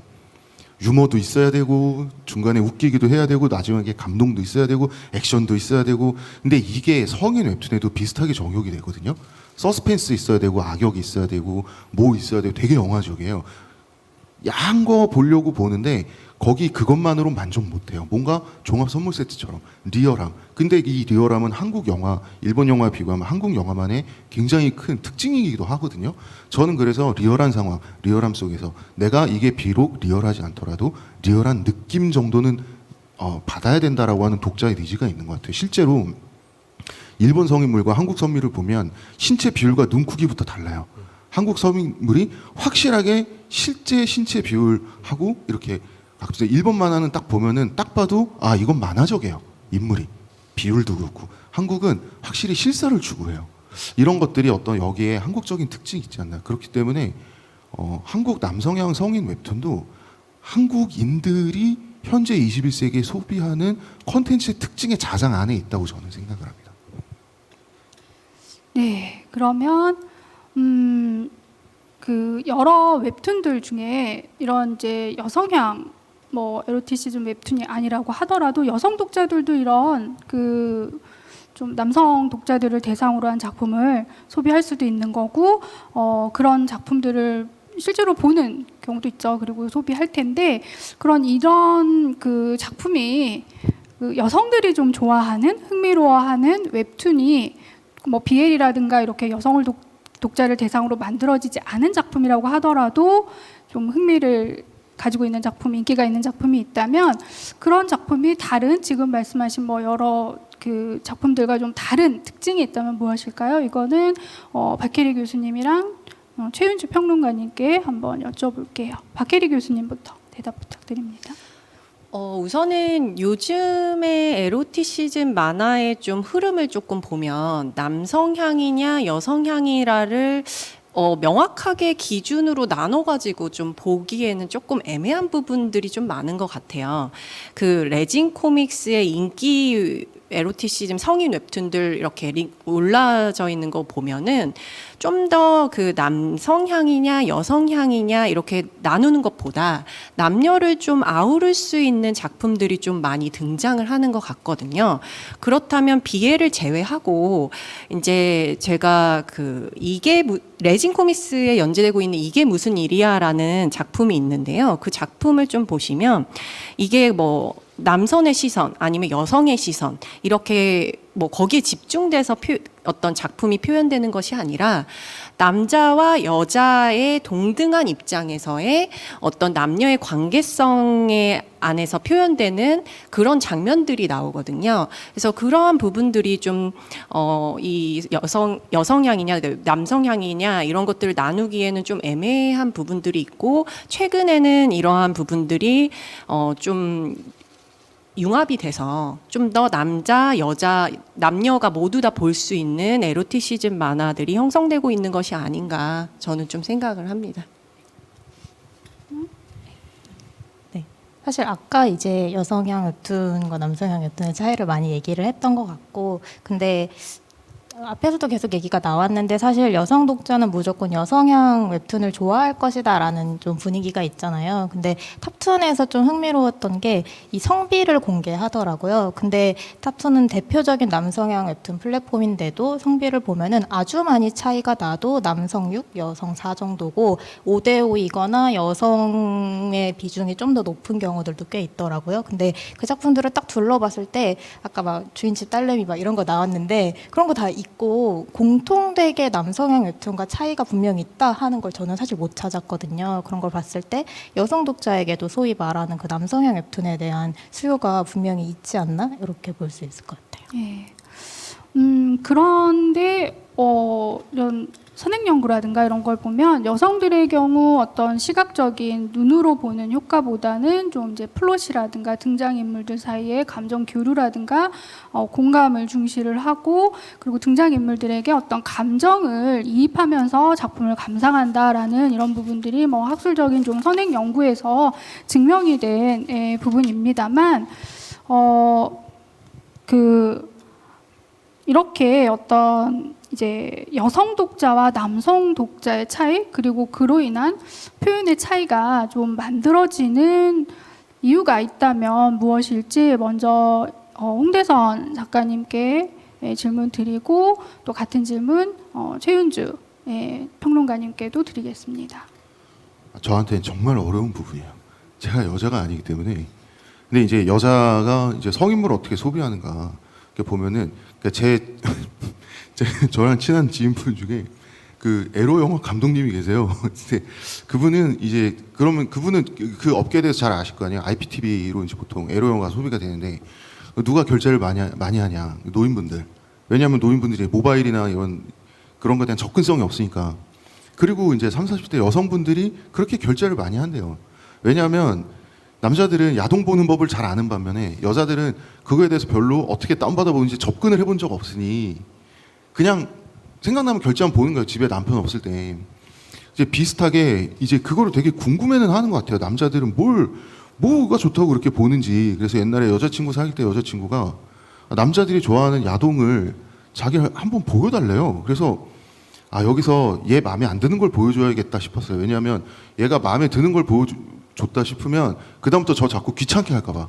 그래서 누가 생각해도 여자가 싫어할 수밖에 없을 작품이야. 작품도 아니죠. 진짜 그 성인물을 제가 일부러 다운받아서 보여줬어요. 어떤 내용이냐면 이렇게 우에하라 아이라는 분이 나온 분인데 이제 경찰로 나왔는데 나쁜 놈들을 못 잡고 거꾸로 잡혀요. 여기까지만 얘기할게요. 그러니까 그건 여자가 좋아할 수가 없는 내용이었어요. 제가 생각했을 때. 근데 그거를 이 친구가 너무 재밌게 보는 거예요. 너무 재밌게 막 보면서 막 우에하라 아이를 칭찬하는 거예요. 정말 직업 정신이 있다. 정말 어떻게 저렇게 열심히 연기하냐. 그래서 얘 취향이 이런 취향인가 그래가지고 완전 같은 장르의 비슷한 걸 또 어떻게 찾아가지고 보여줬어요. 근데 그거는 너무 불쾌해하는 거예요. 제가 봤을 땐 차이가 없는데 미묘한 차이가 있겠죠. 너무 막 역겹다고 그러면서 저를 막 쳐다보는데 그때 저를 쳐다보는 표정이 벌레를 볼 때랑 표정이랑 비슷했어요. 저는 뭐 이게 뭐 억울하긴 한데 뭔가 이해가 안 가는 것도 아니고 정말 모르겠다. 그래서 이거는 사람마다 다 다르다고 보든가 그 다음에 이게 내가 불쾌와 흥분을 느끼는 그 차이는 너무 미묘하고 개인적이어서 내가 여자는 이래 남자는 이래 정할 수 없겠다라는 걸 그때 느꼈는데 저는 그래서 사람마다 다르다 사바사라고 느끼는데 만약에 그 말씀하신 것처럼 어떤 대체적인 경향성의 차이가 있다라고 하면 좀 그거는 받아들일 용의가 있습니다. 그럼 이제 제가 그 경향성의 차이를 얘기하면 되는 걸까요? 네. 네. 저도 사실은 방금 전에도 이제 그 남성향 웹툰에 대한 여성들의 소비가 분명히 있다 이렇게 얘기를 했는데 그럼에도 불구하고 그러니까 애초에 정말 왜 남성 여성으로 나뉘어서 이게 이렇게 가냐라고 하면은 그거는 어쩌면 사회학적인 얘기라서 좀 얘기가 어렵겠지만 그냥 딱 현재 시점에서 웹툰에 한정해서 생각을 해보면은 저는 이게 완전히 그냥 하나의 코드로 장르처럼 굳어져서 일종의 문법처럼 작동을 하고 있다고 생각을 하거든요. 아까도 말씀드렸듯이 남성향 웹툰을 소비하는 여성들이 있고 작가들을 보면은 굉장히 젠더 감수성이 예민한 작가 중에서도 생각보다 나는 그냥 이 문법을 수행하고 있을 뿐이다라는 느낌으로 창작을 하는 경우들도 있더라고요. 근데 그래도 한 가지 조금 흥미로웠던 거는 이 여성향 웹툰에서 이 코드가 어떻게 재현되는가? 그랬을 때 여성 인물을 다룰 때 여성 작가분들이 굉장히 좀 조심하는 경향이 있는 것 같아요. 아까도 뭐 경찰 뭐 이런 얘기를 해주셨는데 아무래도 현실 여성들이 좀 그런 현실적인 상황들에서 느낄 불쾌감? 공포감 같은 것들을 고려하기도 하고 또 기존에 사실 많은 성인물들이 굉장히 여성을 대상화하는 방식으로 소비되어 왔기 때문에 그런 걸 경계하기 때문에 그런 양상이 있지 않을까 싶고 그래서인지 BL물이라든지 아까 말씀해 주신 여공남수 이런 거에서 남성인물들은 정말 인간적인 연민을 느낄 정도로 가차없이 다뤄지는 경우들이 많더라고요. 근데 여성 작가와 여성 독자 간의 거리가 꽤 가까운 걸 생각했을 때 이런 부분에 대해서 생각할 수 있지 않을까 싶습니다. 네, 그 표현 뭐 여성의 대상화 이런 말씀하셨습니다만 그 지금 만화 여기 계시는 필진분들이 공통으로 11호에서 언급하셨던 거가 이 에로티시즘 웹툰의 어떤 표현상의 문제라든가 그로 인해 만들어지는 웹툰이 가진 이제 한계 이런 부분들을 좀 지적을 하셨었어요. 그래서 이 에로티시즘 웹툰의 어떤 표현의 문제라든가 한계점이 있다면 무엇인지 이 이야기는 먼저 백종선 교수님, 그 다음에 이재민 작가님, 평론가님께 듣도록 하겠습니다. 네, 그 앞서 말씀해주신 것처럼 이제 남성향 웹툰과 여성향 웹툰이라는 어떤 구분점이라는 게 좀 없지 않아 있잖아요. 누가 봐도 남성향적인 그런 작품이 있고 누가 봐도 여성향적인 작품이 있는데 또 그렇지 않은 작품들도 있거든요. 저도 이제 이 글을 쓰기 위해서 여러 가지 좀 플랫폼들도 돌아다니면서 많은 작품을 좀 봤는데 이게 남성향 같은데 여성향인 것 같기도 하고 잘 모르겠는 작품이 몇 개 있더라고요. 저는 지금이 약간 그런 어떤 분기점이라고 생각을 합니다. 그 성인 에로티시즘 웹툰에서도 장르가 지금 다양화되고 있는 시점이 아닌가. 그래서 저는 아까 가설을 야오이 문화가 발전을 했기 때문에 그거를 지금까지 좀 발전된 그 콘텐츠를 가지고 습관적으로 만들어 왔다고 생각을 한다면 지금은 좀 더 다른 방식으로 더 변화되고 있지 않나. 그런 분기점이 이 지점이지 않나 그런 생각을 하는데 그 남성향 웹툰 같은 경우에도 그 현실에 기반한 그런 작품들을 많이 만든다고 했잖아요. 물론 말은 안 되지만 있을 법한 그런 내용들, 옆집 누나와 옆집 누나가 나를 굉장히 좋아해서 반하게 된다던가 주변에 관계되는 사람들과의 주변 사람들과 관계되는 내용들로 이루어져 있는데 그게 저는 이제 좀 어느 정도의 그 기본적인 윤리적 범주 안에서 좀 이루어져 있다고 생각을 해요. 일본 만화 같은 경우는 말씀하셨던 것처럼 과학적인 측면이 있고 굉장히 파괴적인 측면이 있는 그런 작품들도 좀 많이 있잖아요. 그래서 이제 그런 부분들이 어떤 우리의 보이지 않는 족쇄가 아닌가 그런 생각을 좀 해봤는데 그 족쇄를 잘못 넘어가다가는 이게 또 잘못하면 우리 검열의 역사처럼 잘못하면 한 방에 컷당할 수 있다라는 그런 어떤 그 걱정을 플랫폼들이 하고 있지 않나. 그래서 아무래도 어느 정도 좀 인륜적으로 허용되는 그 범주 안에서 우리 사회 안에서 이 정도는 그래도 우리가 성인이니까 향유할 수 있잖아. 네, 이 정도의 범주 안에서 만들어지고 있지 않나 그런 생각을 하고, 두 번째로 여성향 작품 같은 경우에도 그 일반적이라고 말하니까 어떤 분들은 좀 안 좋아하실 수도 있겠지만, 일반적인 그냥 우리가 살아가면서 남성과 여성의 그런 일상적인 그런 성적 표현이 있잖아요. 그런 작품들은 또 많이 만들어지지 않고 있다라는 점을 봤을 때 제가 말했던 것처럼 지금 분기점 이후에 굉장히 좀 흥미롭게 지켜볼 부분이 있지 않은가, 네, 그런 생각을 해봤습니다. 그리고 앞서서 많은 분들이 지적을 해주셨지만 성적으로 도구화되는 이성이라는 좀 한계를 가지고 있는 것 같아요. 이게 필연적인 부분이기도 하고 어떤 판타지를 실현시키기 위해서 필수적이라고 볼 수 있는 부분이기도 하지만 그것만을 위해서, 그러니까 요즘에는 기승전떡이라고 그러잖아요. 그러니까 성관계를 목적으로만 스토리가 유지가 되는 거예요. 그것만이 가치 있는 스토리가 되어 있고, 그래야 사람들도, 독자들도 그걸 요구하거든요. 왜 여기서 내가 지금 읽어왔던 걸로는 여기서 지금 장면이 나와야 되는데 시인이 왜 안 나오죠, 작가님? 지금 뭐 하시는 거죠? 라는 댓글이 달리거든요. 그러니까 그런 것처럼 이미 코드화가 되어 있으면 이 문법에 익숙한 사람들은 남지만 새로 들어오는 사람들은 튕겨져 나가게 되거든요. 그러니까 이런 현상이 벌어지지 않도록 좀 다양한 장르들이, 이제 오늘까지의 일을 말씀을 드리면 다양한 장르들이 좀 만들어질 필요가 있다. 그리고 그런 시도들이 나오고 있다 정도로 정리를 할 수 있을 것 같습니다. 네.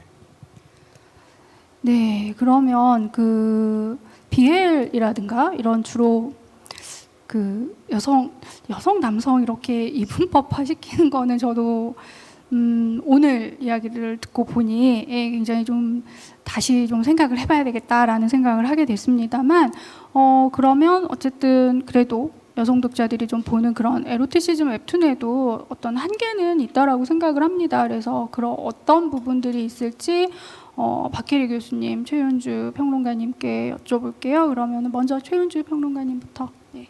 네, 저도 말씀해주신 부분들처럼 뭐 너무 이렇게 대상화해서 표현을 한다든지 이런 것들이 문제가 되고 그거에 대한 대안을 고민하는 것도 굉장히 동의를 하면서도, 한편으로는 너무 좀 모범 답안을 만들어야겠다는 강박이 사실 여성향 그 웹툰들에서 전 좀 보이는 것 같거든요. 어떤 씬들 혹은 어떤 관계성들을 묘사할 때 이 작가가 이거의 문제의식을 갖고 있구나라는 게 역으로 추론이 될 만큼 사실 굉장히 의도된 작품들이 많아서 꼭 그럴 필요가 있을까? 어쨌든 성이라는 거, 그 인간과 인간 사이의 관계라는 거는 굉장히 사적이고 개인적인 영역인데 그 정답이 사실은 있을 수 없는 거잖아요. 그래서 염려되는 부분들을 고려하면서도 한편으로는 조금은 더 자유로워졌으면 좋겠다 하는 생각이 듭니다. 네, 저도 그 이재민 평론가님이 말씀하신 것처럼 좀 일종의 그 스토리 진행에 대한 패턴이 형성되어 있는 것 같거든요. 이게 뭐 남성향 에로티시즘 웹툰이다, 아니면 여성향 에로티시즘 웹툰이다, 이거를 딱 나눠서 분류하기는 좀 애매하지만, 왜 스토리 구조나 이런 것들을 좀 보면 저도 이제 그 독자의 한 입장으로서 비슷한 소재 그리고 패턴화된 스토리 진행이 굉장히 많아요. 그러면 약간의 어떤 상황 설정이나 이런 것만 표현이 변화만 약간만 있을 뿐이지 거의 비슷합니다. 그래서 그러한 부분들에서 이제 다양성이 좀 부족하다는 부분이 조금 아쉬운 부분이기도 하고요. 그리고 또 한 가지는 이제 뭐 이게 여성향 에로티시즘 웹툰의 특징이라고 좀 보긴 뭐하지만, 대체적으로 이제 그 감성과 비주얼에 치중이 많이 되다 보니 스토리의 깊이가 좀 떨어지는 작품들이 대략적으로 좀 많이 보이는 것 같아요. 아무래도 여성들이 이제 시각적으로 이쁜 그림체, 아니면 시각적으로 이쁜 색감, 이런 뭐 인체 표현 이런 것들 좋아하다 보니까 그런 것들에 너무 작가들이 치중을 많이 하다 보니 스토리의 어떤 개연성이나 깊이 부분들은 조금 등한시되는 건 아닐까라는 고민을 한번 해봐야 될 때가 아닌가 싶습니다. 그래서 우리가 이런 에로티시즘 만화가 좀 더 발전하기 위해서는 이 새로 유입되는 독자들을 잡기 위해서 이러한 부분들이 조금 더 보완돼야 되지 않을까라고 생각이 듭니다. 비주얼 말씀해 주셔서 생각이 나는 게, 아무래도 그런 부분을 굉장히 신경 쓰니까 몸에 대해서도 딱 이게 정말 다비드상을 이렇게 웹툰으로 구현하고, 여성의 몸도 사실 굉장히 한정적으로 묘사되잖아요. 근데 그런 묘사에 있어서도 이게 비주얼적으로 좀 더 다양해졌으면 좋겠다 하는 생각이 듭니다. 그렇죠. 예. 다양한 그 독자들이 늘어난 만큼 그 다양한 취향을 충족시킬 수 있는 그리고 탄탄한 스토리 라인을 가진 그런 작품들이 늘어나야 될 때라고 보는데 이렇게 저희들이 이제 에로티시즘 웹툰에 대한 한계를 지적하고 있지만 이미 웹툰 시장에서 너무나 큰 부분을 차지하고 있고 그렇기 때문에 이 어떤 한계를 극복하기 위한 대안이나 새로운 전략이 좀 필요하지 않을까 생각을 합니다. 그래서 이런 부분에 대해서 그 웹툰 에로티시즘 웹툰의 새로운 전략에 대해서 홍대선 작가님하고 이재민 평론가님께서 한마디씩 해주시기 부탁드립니다. 먼저 홍대선 작가님부터 부탁드려요. 네, 그러니까 상위 문화에는 상위 문화의 역할이 있듯이 하위 문화에는 하위 문화의 역할이 있거든요. 꼭 역할을 해야 된다 안 해야 된다 이런 당위의 문제가 아니라 역할을 하게끔 돼 있어요. 그러니까 지금 세계적으로 가장 핫하고 지속적으로 인기를 끌고 있는 문화 장르가 아마 힙합일 거예요. 근데 힙합은 하위 문화에서 올라온 장르인데 이 하위 문화가 지금 힙합이 왜 그렇게 핫하고 자극성을 유지할 수 있냐? 하위 문화였을 때 정말 심한 막장이었기 때문이에요. 맨 마약 먹다 죽고 총 쏴서 죽고 총기 난사하고 막 정말 뭐 인신매매하고 자살하고 이러거든요. 그러면서 그러니까 랩을 하기 위해서 이러한 게 아니라 이렇게 놀다가 랩도 한 거예요. 그 사람들은. 그러니까 이러한 어떤 폭력성에서 시작돼 지금은 합법적으로 뭐 MTV나 이런 데 나오는 뮤직비디오 화면은 정제된 화면이죠. 그 하위에 있는 게 굉장히 폭력적이고 막장이기 때문에 우리가 지금 봐도 굉장히 자극성을 간접적으로나마 느끼기 때문에 그게 핫한 거거든요. 그러니까 하위 문화라고 하는 게 비록 범죄일지라도 그게 옳고 그름을 떠나서 역할을 한다는 거예요. 그게 상위 문화를 결정해요. 만약에 우리가 에로티시즘과 포르노그라피를 구분한다면 에로티시즘의 표현 영역이 확장되고 그 외연이 확장되는데 에로티시즘은 지금에서 더 이상 할 수 있는 게 없어요. 그거는 그 밑에 있는 포르노그래피가 해줘야 돼요. 우리나라 포르노가 해금되고 그 우리나라 뭐 일본처럼 야동 뭐 AV 이런 걸 만드는 사람들이 정말 우리가 웬만하면 눈에 딱 쳐다보면 표지도 보기 썸네일만 봐도 고개를 돌리고 싶은 말도 안 되는 막장 쓰레기 같은 것들을 해서 이런 것도 할 수 있어? 이런 것도 표현이 가능해? 이런 그 한계 실험이 하위 문화에서 이루어져야 에로티시즘이 잘 되거든요. 그래서 에로티시즘의 표현 영역이 확대되려면 에로티시즘 내부에서는 할 게 없어요. 그런 거는 외부 조건으로 오는 거예요. 그게 하위 문화의 역할입니다. 근데 지금은 없죠. 우리나라는 포르노가 불가능하기 때문에 그래서 그거는 좀 죄송한 말씀이지만 에로티시즘 시인 내부에서는 할 일이 없다라고 생각합니다. 그럼에도 불구하고 지금 할 수 있는 것을 좀 고민을 해보자면 저는 에로티시즘에서 아까부터 좀 얘기를 했던 거지만 가장 중요한 건 무엇을 보여주느냐보다 무엇을 보여주지 않느냐가 더 중요하다고 생각하거든요. 근데 그래서 지속 가능성을 좀 위해서라도 지금은 무엇을 보여주느냐에 좀 더 초점이 맞춰져 있는 것 같아요. 아까 말씀하셨던 뭐 완벽한 몸매 그리고 어떤 금기를 넘어가는 관계성의 그 전복이라든지 이런 것들을 원하는 거. 근데 그것보다 그거는 이제 이미 활성화가 되어 있으니까 여기서 뭘 보여주지 않으면 사람들이 좋아할까를 좀 더 고민해 보면 지금 할 수 있는 방금 말씀해 주신 것처럼 한계가 있지만 그럼에도 불구하고 지금 할 수 있는 것들을 찾아볼 수 있지 않을까라는 생각을 좀 하고 있습니다. 네, 항상 그렇죠. 예습 복습 수업 시간에 열심히 그게 이제 공부 잘하는 방법인데 기본에 충실해야 되겠죠. 만화의 목적이 무엇인가에 좀 더 생각해 볼 그런 때가 왔다라고 생각을 합니다. 그래서 긴 시간 이렇게 좋은 이야기 많이 들려주셨는데요. 마지막 질문을 드리겠습니다. 그래서 에로티시즘 웹툰을 포함해서 한국 웹툰의 미래를 위한 제언 한마디씩 좀 하고 싶으신 말씀 있으시면 더해서 부탁드리겠습니다. 선생님들 모두 이 질문 같은 질문 드리고요. 그러면은 홍대선 작가님부터 순서대로 한번 들어보도록 하겠습니다. 그러니까 저는 되게 눈치가 없는 사람이라 아까부터 좋은 말씀하시는데 자꾸 찬물을 뿌리고 싶었거든요. 그러니까 지금 약간 미지근해졌어요. 상온의 물을 좀 뿌릴게요. 그러니까 아까 뭐 비엘물의 소비에 대해서 뭐 가부장적인 것에 대한 뭐 전복이니 뭐 이런 말씀하셨잖아요. 근데 저는 가부장제에 대한 불만을 승화시키겠어 하면서 저는 비엘을 결제하고 접속할 것 같지 않거든요. 아무리 생각해도. 그리고 뭐 예를 들어서 비엘에 있어서 왜 그렇게 남자끼리 폭력적인 장면이 많이 나오느냐. 그거는 비엘을 그 장면을 즐기는 그 여자가 됐든 남자가 됐든 소비자한테 그 정도 가학성이 있기 때문이에요. 사람은 다 그 정도는 나빠요. 나는 남들만큼 나빠요. 남들은 나만큼 착하고. 제가 왜 이 말씀을 하냐면, 그러니까 어떠한 걸 소비하는데 소비하고 나한테 그 욕망이 있고 내가 소비할 수 있고 그걸 그냥 긍정하고 인정하면 되지, 거기에 어떤 사상적인 정치적인 이유를 대기 시작하면 갑자기 욕망은 욕망이라는 점에서 똑같아야 되는데 우열이 생겨요. 저는 그렇기 때문에 저는 진짜 꼴보기 싫은 게 우리는 각자의 욕망을 추구한다라는 점을 인정하는 어떤 시민사회 연대가 돼야 된다고 생각하거든요. 저는 남초 사이트 들어가 보면은 그 BL물의 어떤 수위나 표현 방법 가지고 그렇게 막 더럽다 이러면서 막 치를 떨어요. 자기는 안 보면 될 거 아니야. 마찬가지로 BL에 나오는 가학성은, 그래서 그 남성향 그 성인물에 나오는 가학성과는 다른 정치적 정당성을 띈다, 이런 식의, 저는 전혀 인정하지 않아요. 그건 그냥 좋아서 보는 거예요. 좋아서 보면 안 되나? 이 욕망과 남성향 성인물을 보는 남자의 욕망과 여성향 성인물을 보는 여자의 욕망은 욕망이라는 점에서 동등하다는 걸 인정해야 되는 거예요. 그리고 원래 내 욕망은 성스럽고 남의 욕망은 되게 꼴보기 싫거든요. 프랑스에서는 동료 시민을 냄새나는 존재라고 해요. 싫기 때문에 싫은 마음까지 오케이. 내가 예를 들어서 내 옆에 있는 남자가 정말 여자라면 정말 치를 떨 아주 역겨운 포르노를 보는 걸 내가 알게 돼서 싫을 수 있죠. 치가 떨릴 수 있어요. 그런데 내가 싫다고 해서 이 사람이 잘못된 존재가 아니에요.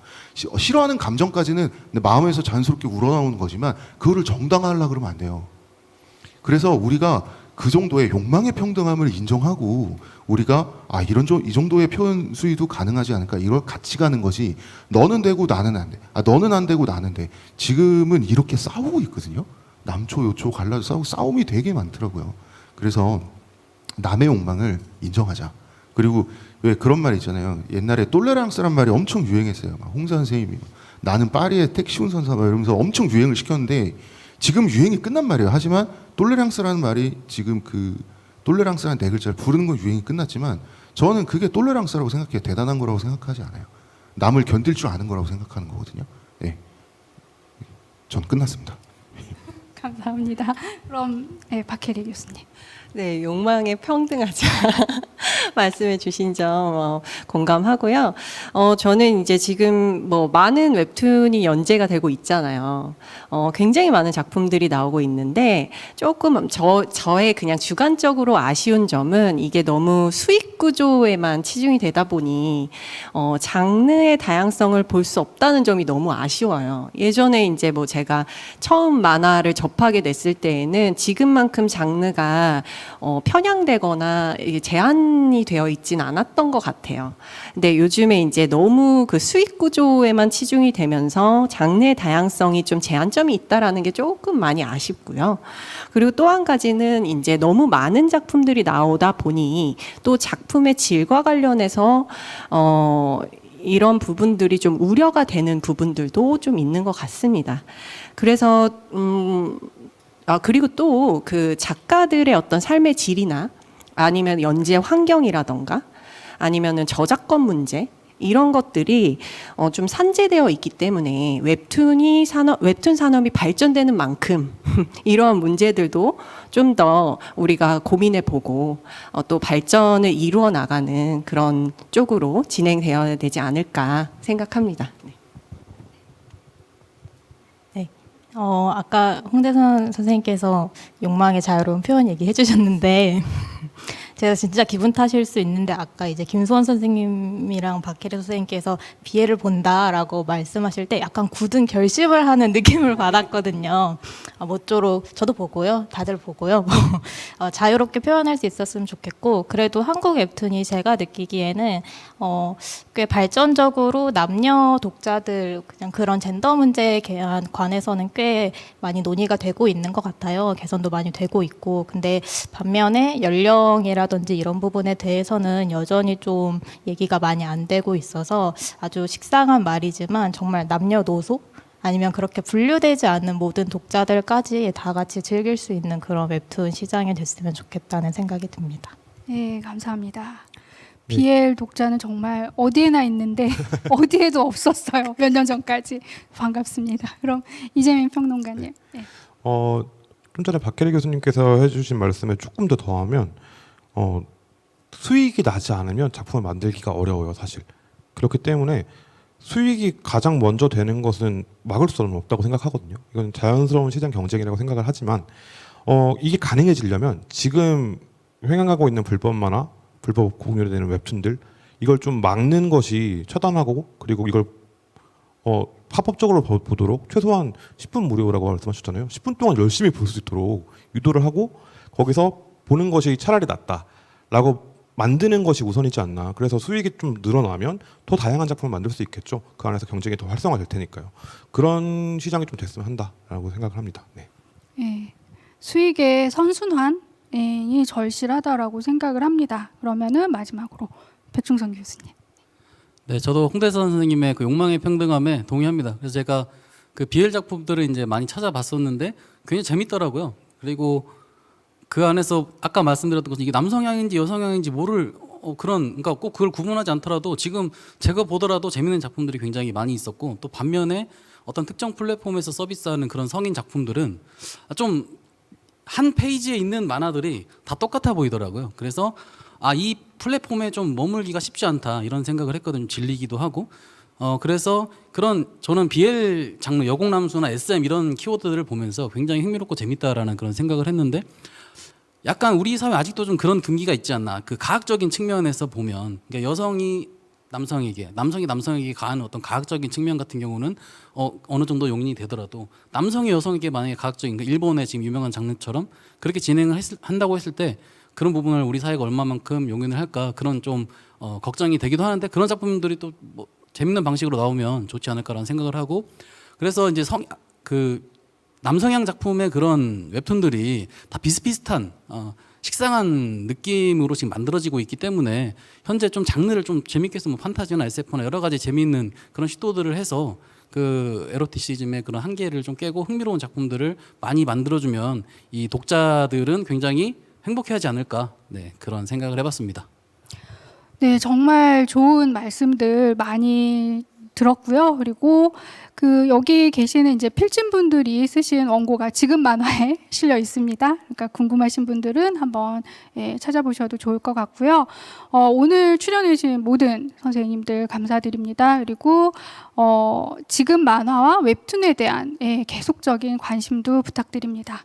이것으로 지금 만화 에로티시즘 플러스 만화 토크쇼 마치겠습니다. 감사합니다.